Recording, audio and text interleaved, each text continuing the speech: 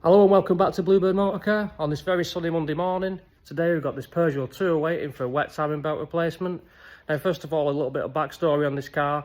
It came to me for a diagnostic last week for an engine management light issue.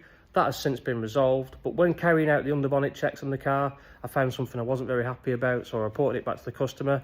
That's why it's here today. So let me show you what I found and how easy it is to check the wet belt conditions on these vehicles.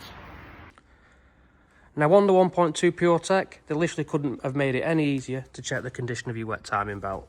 All you have to do is remove the oil cap, shine a torch just in here, and then you'll be able to see the top of your wet belt, which it's pretty much impossible to film. I will try and zoom in, but that belt is full of cracks. So then I mentioned that to the customer and they decided to go ahead and get the wet belt replaced. So then, let's get this vehicle secured on the ramp, we'll send it up, get that sump pan removed, and we'll check the strain on the oil pump. That will definitely confirm how badly worn this wet timing belt is.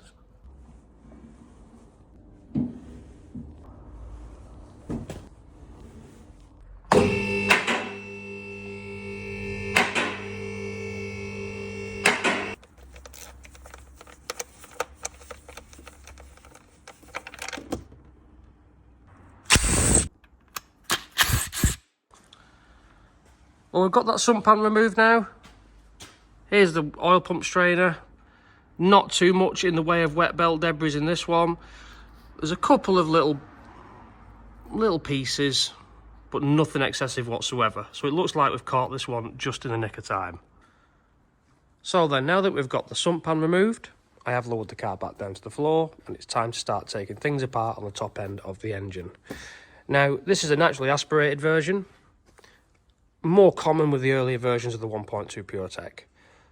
To gain access to the rocker cover, which we have to remove, inlet has to come off first. So that's the first thing we're going to tackle.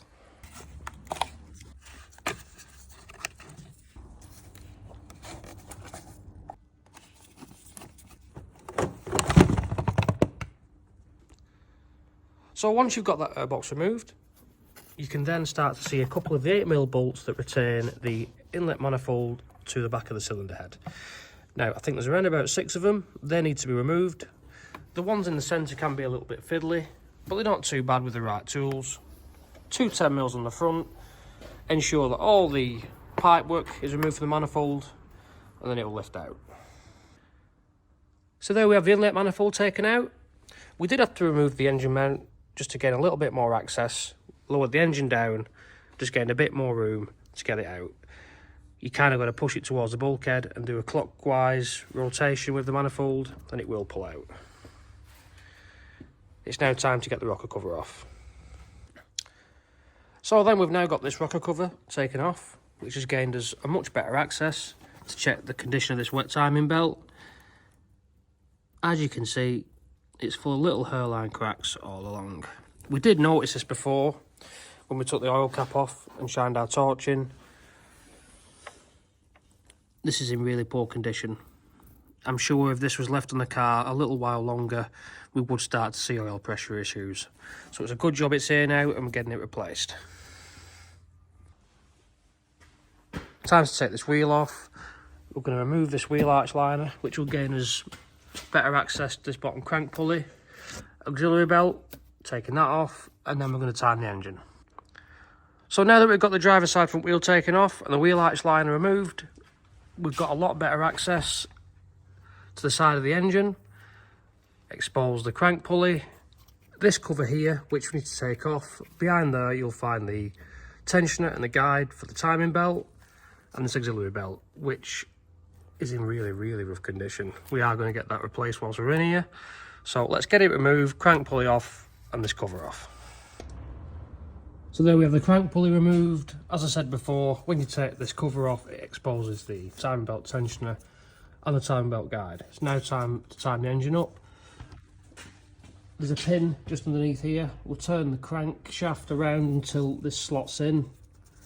I have already got the camshaft somewhat in time, so it shouldn't be too much of a faff. We'll get that put in and then we'll lower the car back down. So we've got the crankshaft locking tool fitted and the camshaft locking tool installed. We can now remove the crank bolt tensioner and guide and pull this belt out. Crank bolt, bottom pulley, tensioner and guide pulley taken off. This belt should now simply lift on out.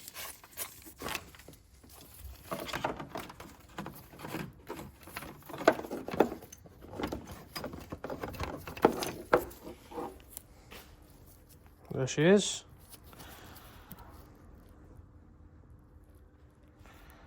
What do we think about that, Bella?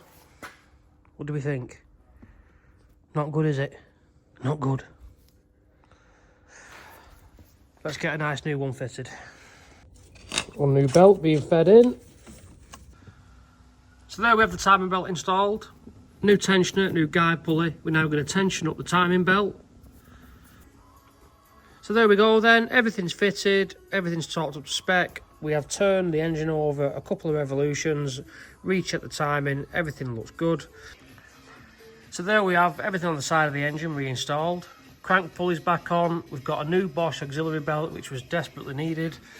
That little case is back on with a new gasket. Next job is we're going to clean up this mating surface here where the sump sits, get that all free of oil and free of any gasket residue. Reinstall the sump and then a new oil filter.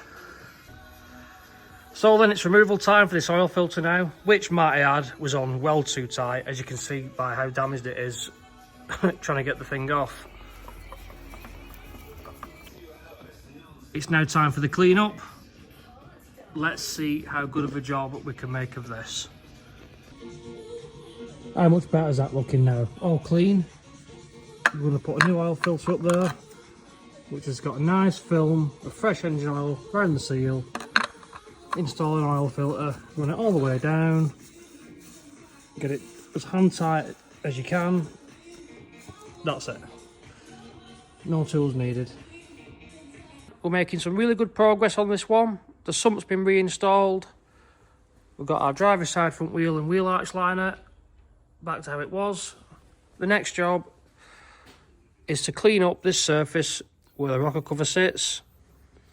Going to install the rocker cover next with a new gasket, then it's onto the inlet. And there's the rocker cover reinstalled. Just a quick mention, all the bolts around the perimeter and the three in the centre are all the same, apart from this one that sits in the back, just there, which is a 10mm. The reason why it's different is that this little strap sits onto it. Without this installed, I'm fairly certain the car wouldn't start, so don't forget about that one. And all the plug connectors that can be installed are now back in. We're giving this rocker cover a bit of a clean up. We'll now reinstall the inlet manifold. The inlet manifold has been reinstalled. Engine mount is back on and tightened up. Time for the airbox. That's everything built back up. It's now time to turn the key and see how it runs.